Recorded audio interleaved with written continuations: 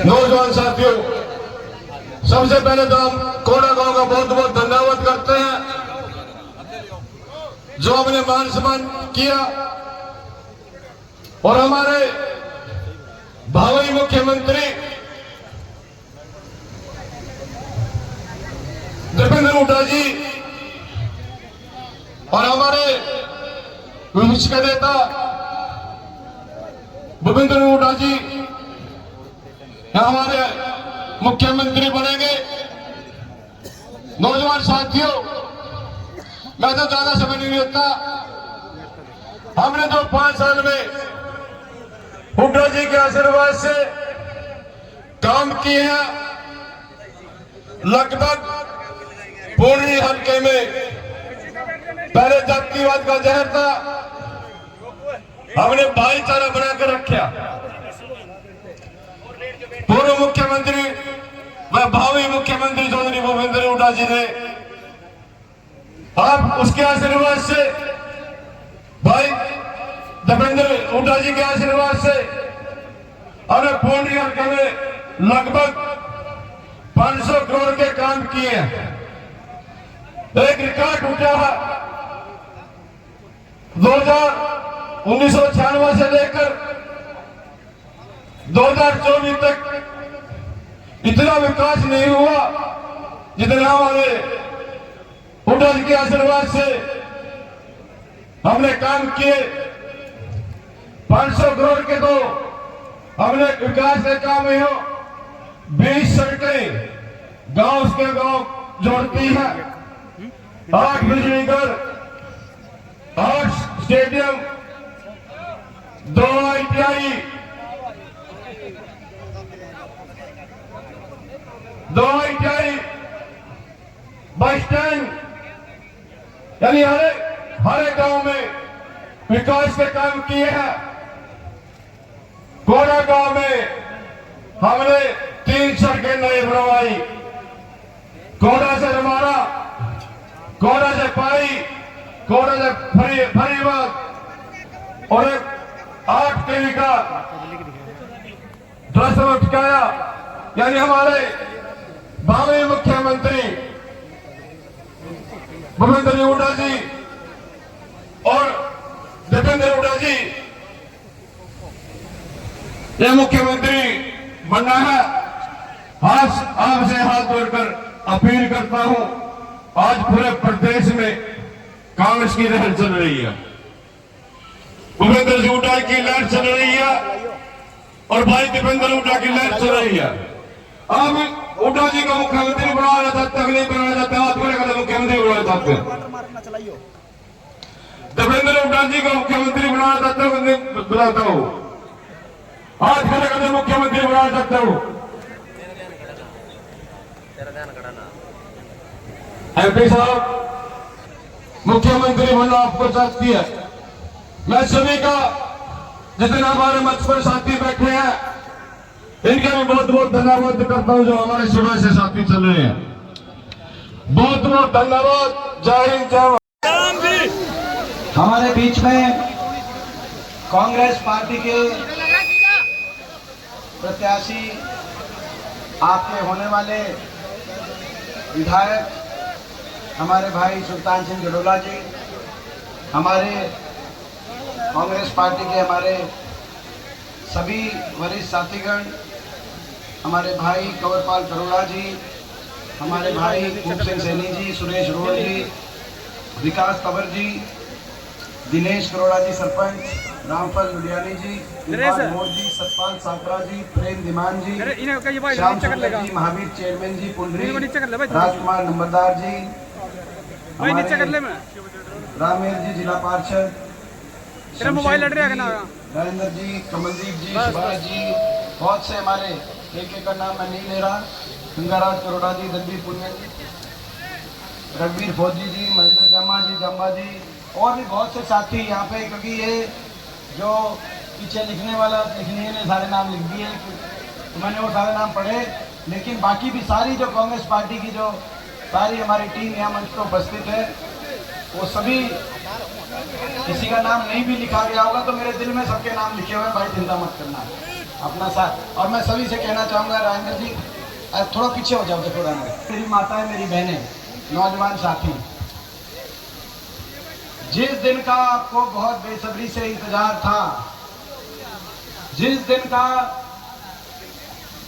पिछले 5 साल से आप इंतजार कर रहे थे, 10 साल से इंतजार कर रहे थे, बीजेपी की सरकार से पीछा छुटाने के दिन का, वो दिन आ गया है, वो घड़ी आ गई है। बीजेपी सरकार, पहले तो न्यू बताओ, 10 साल आपने बीजेपी की सरकार देख ली, इनते छिक लिया, कसर बाकी रह रही है, न्यू बताओ।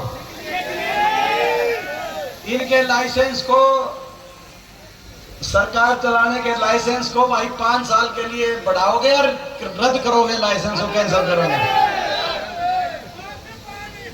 पाड़ेगा भाई, पाड़ेंगे। मैं भाई चेक कर लेता हूँ कितने कोई सा ऐसा हो भाई कोरोना गांव में बुलावे बीजेपी और दोबारा से भाई मैं कोई बात हो तो मैं पूछ लेता हूँ भाई, कोई सा हो। अगर बीजेपी की सरकार को की छुट्टी करनी है, कोरोना गांव वासियों से मैं कहना चाहता हूँ, मैं पुंडरी हल्के वासियों से कहना चाहता हूँ, बीजेपी की सरकार की छुट्टी करनी है तो एक ही रास्ता है, कांग्रेस पार्टी का हाथ का निशान का सुल्तान सिंह जड़ोला जी को यहाँ से आशीर्वाद देके आप भेजना। बीजेपी की छुट्टी करनी है, एक ही रास्ता है और कोई दूसरा रास्ता नहीं है। ये आज आपके बीच में कहना चाह रहा हूँ, क्योंकि आज देश देख रहा है कि हरियाणा क्या फैसला सुनाएगा। 10 साल बीजेपी ने हरियाणा को इतना नुकसान पहुंचा दिया, कोई एक विकास कार्य 10 साल में मैं पूछना चाहता हूं, पुंडरी हल्के में कोई एक बड़ा काम बीजेपी ने कोई विकास किया हो, आप बताओ, एक कोई काम किया हो तो बताओ। ये पूरे हरियाणा में काम किया नहीं, हरियाणा के अंदर हरियाणा का नुकसान कर दिया। जो हरियाणा देश में विकास का प्रतीक था, खुशहाली का प्रतीक प्रदेश होता था, हरियाणा की पहचान थी पूरे देश में। 2014 से पहले 10 साल की बीजेपी की सरकार के बाद वो हरियाणा देश में नंबर 1 बन गया बेरोजगारी में। और ये मैं नहीं कह रहा, ये हम नहीं कह रहे, भारत सरकार बता रही है संसद के अंदर, देश में सबसे ज्यादा बेरोजगारी होगी हरियाणा में। देश में नंबर 1 बन गया हरियाणा नशे में, पंजाब से ज्यादा नशा हरियाणा में आ गया। ये भी भारत सरकार के आंकड़े बता रहे हैं। और देश में नंबर 1 बन गया हरियाणा अपराध में, क्राइम रेट में, अपराध दर में। ये तो भारत सरकार के आंकड़े हैं। और इसके साथ साथ आप जानते हो कि देश में नंबर 1 बन गया हरियाणा विदेश में पलायन में, क्योंकि हरियाणा में हरियाणा के नौजवान को भविष्य अपना दिख नहीं रहा। इस सरकार ने ना तो कोई औद्योगिक क्षेत्र लगाए 10 साल में, ना निवेश हुआ, ना सरकारी क्षेत्र के अंदर सरकारी नौकरियों को खत्म करने का काम इस सरकार ने किया। 2 लाख पद समाप्त कर दिए, कच्ची भर्ती की राजधानी बना दिया हरियाणा को। हरियाणा का नौजवान करे तो करे क्या, बेरोजगारी की गर्त में उसका भविष्य, कहीं डिप्रेशन का शिकार, कहीं नशे की चपेट में, और कहीं अपना घर बार बेचकर जान हथेली पे लेके डोंकी के रास्ते विदेश में जाकर मजदूरी करने पे मजबूर हो गया हरियाणा का नौजवान, क्योंकि हरियाणा में भविष्य नहीं दिख रहे। ऐसी स्थिति बन गई हरियाणा की। आपके सामने है, काम किया नहीं, 10 साल हरियाणा ने बहुत नुकसान किया, महंगाई, भ्रष्टाचार। मगर अगर ये काम ना भी करते तो भी हम काम चला लेते, क्योंकि हरियाणा वालों का दिल बहुत बड़ा होता है। अगर ये मान सम्मान करते, कम से कम हर वर्ग का मान सम्मान करते, सबकी सुनवाई करते, जनता को इज्जत देके चलते, लेकिन इन्होंने 10 साल परवाह नहीं करी। 10 साल हर वर्ग का अपमान करने वाली एक ऐसी सरकार साबित हुई, हर वर्ग की अनदेखी और हर वर्ग का अपमान। कोई ऐसा वर्ग नहीं जिसको सड़क पे इस सरकार ने लाने का काम किया इन 10 साल में, कोई ऐसा वर्ग नहीं जिस पे लाठियां ना बरसी हो। कर्मचारी गए ओल्ड पेंशन स्कीम के लिए अपनी मांग मांगने, चंडीगढ़ में उनपे बेरहमी से लाठीचार्ज। सरपंच गए अपने अधिकारों के लिए, गांव का सरपंच जो आपने चुने थे जिनको, चंडीगढ़ में जाते हैं उनपे लाठियां बरसी। हमारी बहन बेटियां जो अपनी मांगों को लेकर गई करनाल में, उनपे लाठियां। किसान 1 साल तक बैठा रहा, देश के इतिहास में आज पूरा देश हरियाणा की तरफ देख इसीलिए रहा है कि देश के इतिहास में ऐसा कभी नहीं हुआ कि 1 साल तक किसी को आंदोलन करना पड़ा हो। हमारी भी 10 साल तक सरकार रही थी कांग्रेस पार्टी की हुड्डा साहब के नेतृत्व में। कभी कोई किसान आंदोलन या किसी वर्ग को आंदोलन नहीं करना पड़ा, किसी को सड़क पे नहीं आना पड़ा था 10 साल तक। और ये कैसी सरकार, किसान का आंदोलन करना पड़ा मंडियों को बचाने के लिए। 3 कानून आ गए, 750 किसानों की जान की कुर्बानी लेने वाली ये सरकार साबित हुई। 1 साल तक किसान सड़कों पे बैठा रहा कि नहीं बड़ा, मैं आपसे पूछना चाहता हूं। इन धरनों से शव वापिस आते थे एक एक करके, कोई किसी गांव में आता था, कोई किसी गांव में आता था। मुझे याद है पाई में भी आया था एक शव, इन्हीं धरनों से एक किसान शहीद हुआ था। बाना में भी आया था, सेदा में भी आया था। हरियाणा पंजाब के एक गांव में उन धरनों से शव वापिस आते थे। मुझे दुख इस बात का कि चलो हमारी मांग नहीं मानते, किसान की मांग नहीं मानते, लेकिन इतना अहंकार, क्योंकि उस समय जब किसान आंदोलन चल रहा था पिछले 10 साल से, आपको पता है, इस बार तो मैं आपका धन्यवाद करता हूं कि हरियाणा के लोगों ने आशीर्वाद दिया और लोकसभा में 5 सांसद कांग्रेस पार्टी के आपने जिताकर भेजने का काम किया।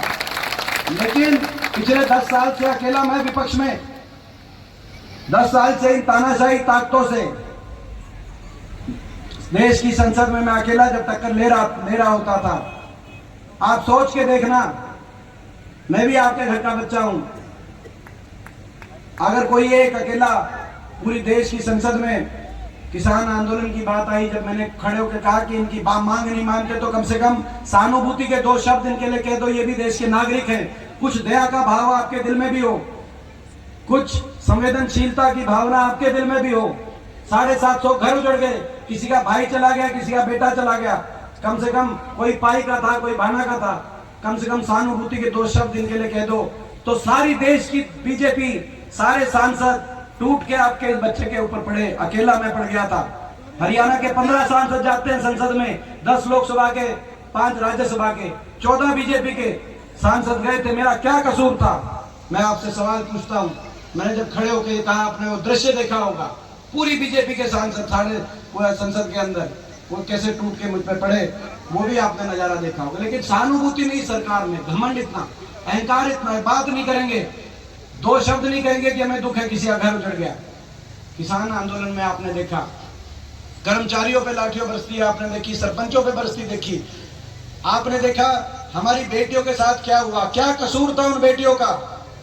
आज मैं पूछना चाहता हूं आपसे, क्या कसूर था उन बेटियों का?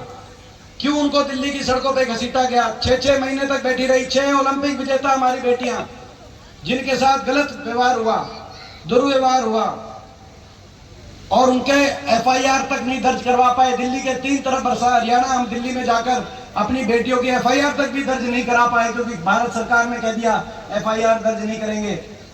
उसके बाद मैं धन्यवाद करता हूं, सुप्रीम कोर्ट ने फैसला किया कि FIR दर्ज होगा। उसके बाद दिल्ली के न्यायपालिका का धन्यवाद करता हूं, दिल्ली के कोर्ट ने कहा कि जो आरोपी भाजपा के सांसद हैं उसमें से 5 बेटियों के साथ उन्होंने गलत किया था, सबूत मिले उनको, चार्जेस फ्रेम हुए।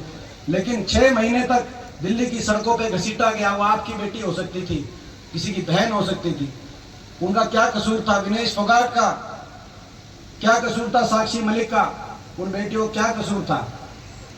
कितना अन्याय। और सरकार का तो कर्तव्य न्याय दिलाना होता है। अपनी दुश्मन की बहन बेटी की इज्जत को भी अपनी इज्जत मानना, ये देश की संस्कृति है। ये वो देश है जहां महाभारत का युद्ध हुआ, जब बहन बेटी की इज्जत पे आई, कुरुक्षेत्र के अंदर महाभारत का युद्ध हुआ। और यहाँ पर इन बेटियों को छोड़ दिया गया और इनको दिल्ली की सड़कों पे घसीटा गया। कितना बड़ा अन्याय है। सरकार को न्याय, मगर अन्याय और अहंकार। 10 साल इस सरकार ने अन्याय और अहंकार, हरियाणा के हर वर्ग को सड़क पे लाने का काम किया। आड़ती सड़क पे आए, आंदोलन किया आड़तियों ने, तो भूख हड़ताल करी करनाल में, तो जूस पिलाने भी आखिर में हुड्डा साहब आ गए, तो बीजेपी का कोई पूछने भी नहीं गया। मतलब इतना अहंकार, हर वर्ग का अहंकार यहाँ तक पहुंच गया था। आपको याद होगा लोकसभा चुनाव से पहले तो अहंकार 7वें आसमान पे वहां तक पहुंच गया था। कहा कि भाई 400 पार का नारा दे दिया था कि 400 पार, क्योंकि हम बाबा साहब भीमराव अम्बेडकर जी के संविधान को तोड़ेंगे, बीजेपी ने कह दिया था। 400 पार का नारा दे दिया था। वो तो लोगों ने इनके घमंड को तोड़ दिया और अल्पमत की सरकार बनी दिल्ली में। अल्पमत की सरकार बनी और लोगों ने संविधान को बचाने का काम किया। तो जो आज देश देख रहा आपकी तरफ, देश ये देखेगा कि हमारा हल्का, देश ये देखेगा कि अपना गांव, अपना हल्का, एक एक गांव किस तरफ फैसला सुनाते हैं। पुंडरी हल्का किस तरफ फैसला सुनाएगा। 750 किसानों की जान की कुर्बानी लेने वाली बीजेपी की तरफ, या बीजेपी के मदद में खड़े वोट काटू निर्दलीय उम्मीदवारों की तरफ, या प्रदेश में बदलाव लेके आने के लिए न्याय की लड़ाई लड़ने की कांग्रेस पार्टी का प्रदेश में हुड्डा साहब के नेतृत्व में सरकार बनाने की तरफ। देश देखेगा जब नतीजा आएगा कि किस तरफ आप फैसला सुनाएंगे, न्याय की तरफ कि अन्याय की तरफ। ये लड़ाई हरियाणा के भविष्य को बचाने की लड़ाई है। ये लड़ाई हरियाणा के नौजवान के भविष्य को बचाने की लड़ाई है, जिसका भविष्य बर्बाद कर दिया इस 10 साल की भाजपा की सरकार में। ये लड़ाई जय जवान जय किसान के नारे की गूंज को हरियाणा में बचाए रखने की लड़ाई है। जिस जय जवान जय किसान के नारे को रौंद दिया गया बीजेपी के शासन में, ये लड़ाई बाबा साहब भीमराव अम्बेडकर जी के संविधान को और जय संविधान नारे की गूंज को हरियाणा में बचाए रखने की ये लड़ाई है। और ये लड़ाई किसान के, मजदूर के, गरीब के सम्मान को, हरियाणा की जनता के मान सम्मान को, हमारी बेटियों के मान सम्मान को बचाए रखने की लड़ाई है। और हरियाणा को आगे खुशहाली की तरफ, तरक्की की तरफ लेके जाने की लड़ाई। मैं एक बात और कहना चाहता हूं, लड़ाई सीधी है, लड़ाई सीधी है। एक तरफ बीजेपी है और दूसरी तरफ कांग्रेस पार्टी है। किसी तीसरे चक्कर में मत पड़ना। मैं आज आपको ये कहने के लिए आया, किसी तीसरे चक्कर में मत पड़ना, ना तो धोखा खा जाओगे। फिर मत कहना मैं आपका बच्चा हूं, आपका बालक हूं, आपके बीच में। इसीलिए राजनीति का बहुत मेरा अनुभव हो गया। जैसे बता रहे थे कि 5वीं बार देश की संसद में पहुंचा हूं, मैंने सरकार भी देखी है, विपक्ष भी देखी है। 10 साल तानाशाही ताकतों के आंख में आंख डालकर देश की सबसे बड़ी पंचायत में मैंने पिछले 10 साल का समय भी देखा है। मैं एक बात आपको सावधान करने के लिए आया हूं, तीसरी तरफ अगर कहीं धोखे से अगर तीसरी तरफ चले गए तो नुकसान हो जाएगा। और इतिहास और इस बार नुकसान हो गया, इस बार नुकसान हो गया। इस बार तो 10 साल तक छाती अड़ाए खड़े रहे। अगर इस बार नुकसान हो गया तो आगे पता नहीं क्या होगा। इतिहास आपको माफ नहीं करेगा, इतिहास हमें माफ नहीं करेगा। नुकसान मत किए।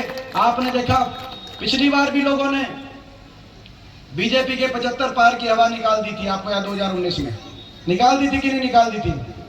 40 पे बीजेपी रुकी थी कि नहीं रुकी थी? पिछली बार रुकी थी कि 40 पे? किसने सरकार बनाई बीजेपी की दोबारा? किसने सरकार बनाई?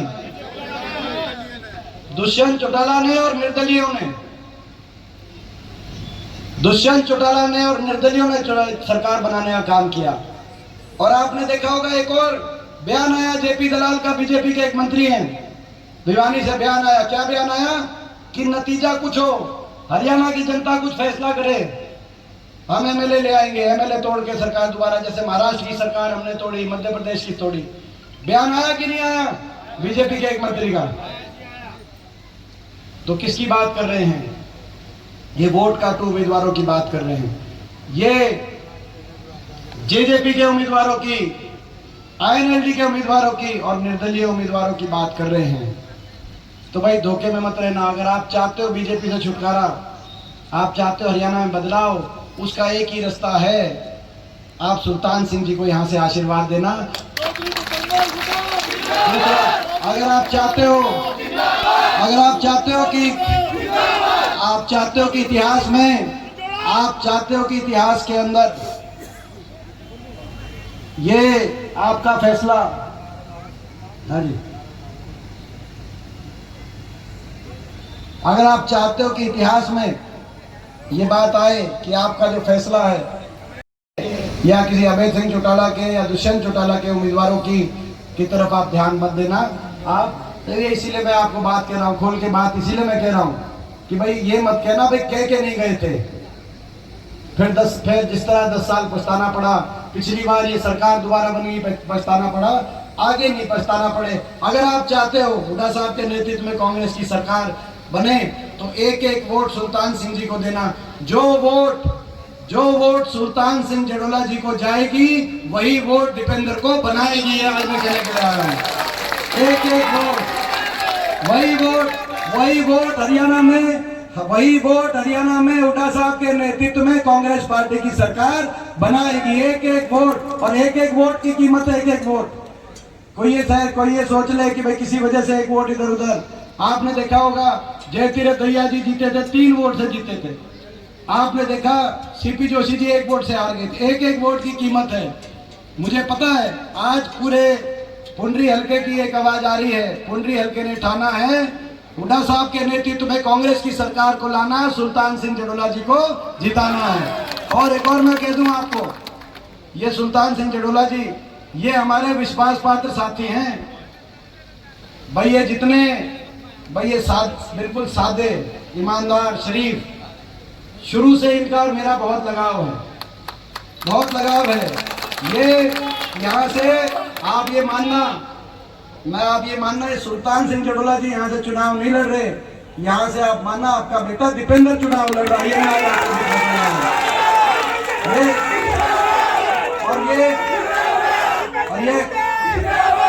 और ये फैसला ये जो फैसले की घड़ी आएगी, आप बताओ।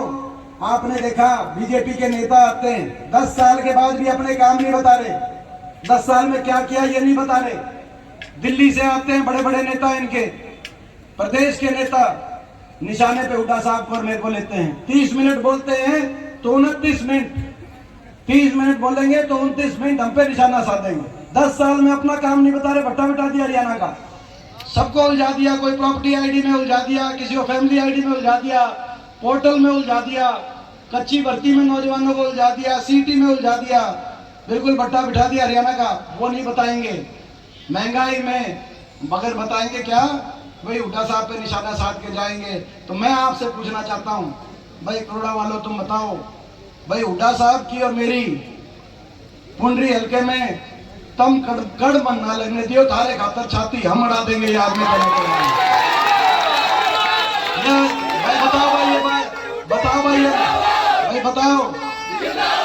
ये बात मंजूर है? बताओ। अगर दूसरी बात एक दो बातें करके बाद मैं अपनी खिदमत करूंगा। भाई एक बात बताओ, भाई हर बार यहाँ से निर्दलीय कोई ना कोई बात बन जाती है, इससे बड़ा नुकसान होता है हल्के का। इस बार वो इतिहास भी बदलने की आपने जो मैंने देख लिया, इस बार वो इतिहास भी बदला जाएगा। तो ये आपके विधायक, ये मैं आपको कहना चाहता हूँ, भाई आप ये बन के जाएंगे यहाँ से। भाई आप अपना काम कर देना, आप अपनी बड़ी जीत इनको दे देना, वहां पर इनकी बड़ी जिम्मेदारी मैं दिलवा दूंगा। भाई पुंडरी हल्के में हमेशा निर्दलीय बनते हैं। निर्दलीय में तो आधा फर्क वैसे ही पड़ जाता है, काम का सारी बात। फिर भी हमारे समय थे तब सीपीएस के रूप में हमने काफी विकास कार्य अपने हल्के में कराए थे, जो ये बता रहे थे। लेकिन भाई इस बार पूरा ही काम कर दो कि नहीं कर दोगे? पूरा ही काम कर दो। और भाई और एक बात और है, भाई ये एक ऐसे आदमी है, भाई सादगी की स्टैंप है कि नहीं है? सादगी की स्टैंप, शराफत की स्टैंप है कि नहीं है? भाई छत्तीस बिरादरी की स्टैंप है कि नहीं है? छत्तीस बिरादरी की स्टैंप। और भाई चौथी स्टैंप और लगा दो, हमारी वफादारी की भी स्टैंप है। भाई ये हमने ऐसे विधायक किए हैं जो भाई हमें देखो, सरकार आपकी आ रही है, पूरे हरियाणा के कोने कोने से एक ही आवाज आ रही है, बीजेपी की एक सरकार जा रही है और हुड्डा साहब के नेतृत्व में कांग्रेस पार्टी की सरकार आ रही है। और उस सरकार में हमें ऐसे मजबूत साथी चाहिए, ऐसे वफादार साथी चाहिए सरकार में, ताकि आपकी सरकार हरियाणा के हित में फैसले करे, सब हर वर्ग को आगे लेके जाए। सरकार बनते ही हर वर्ग के फैसले करेंगे पहली कदम से। बड़े बुजुर्गों की देश में सबसे ज्यादा 6000 बुढ़ापा पेंशन करने का हम काम करेंगे। अपनी माताओं और बहनों के लिए अलग से जो 18 साल से बड़ी हमारी और 60 साल से कम एज की जो हमारी माता बहन है, मतलब बुढ़ापा पेंशन से जो छोटी माताएं बहनें हैं, उनके लिए 2000 अलग से पेंशन माता और बहनों के लिए महालक्ष्मी योजना की बनवाने का काम करेंगे। क्योंकि घर का खर्च ये चलाती है, महंगाई की कमर को तोड़ेंगे। कमर तोड़ महंगाई कमर को तोड़ेंगे। माताओं और बहनों को 500 रुपए में गैस का सिलेंडर और 300 यूनिट तक बिजली में बिजली उपभोक्ता को राहत देने का काम करेंगे।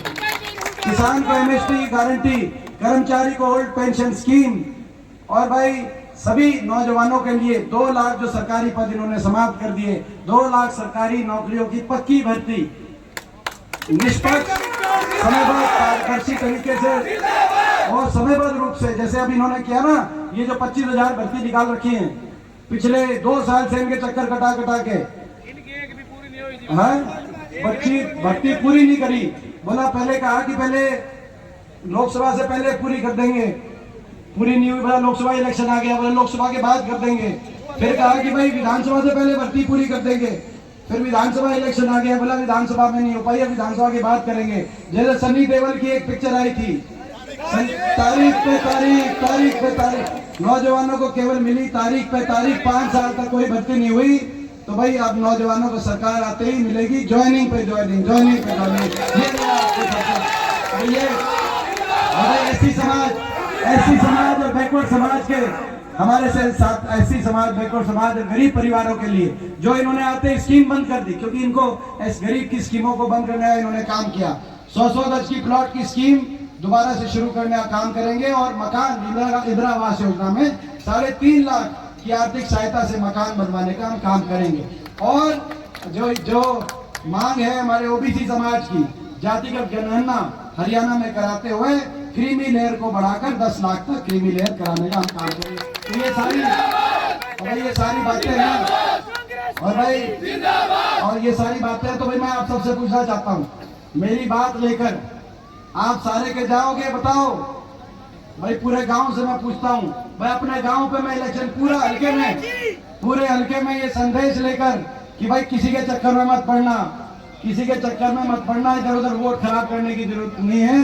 अगर वोट इधर, तो भाई ये जो आपकी जीत है, इसको बड़ी जीत आप कर देना, आगे मेरे पे छोड़ देना भाई। आपका बहुत बहुत धन्यवाद।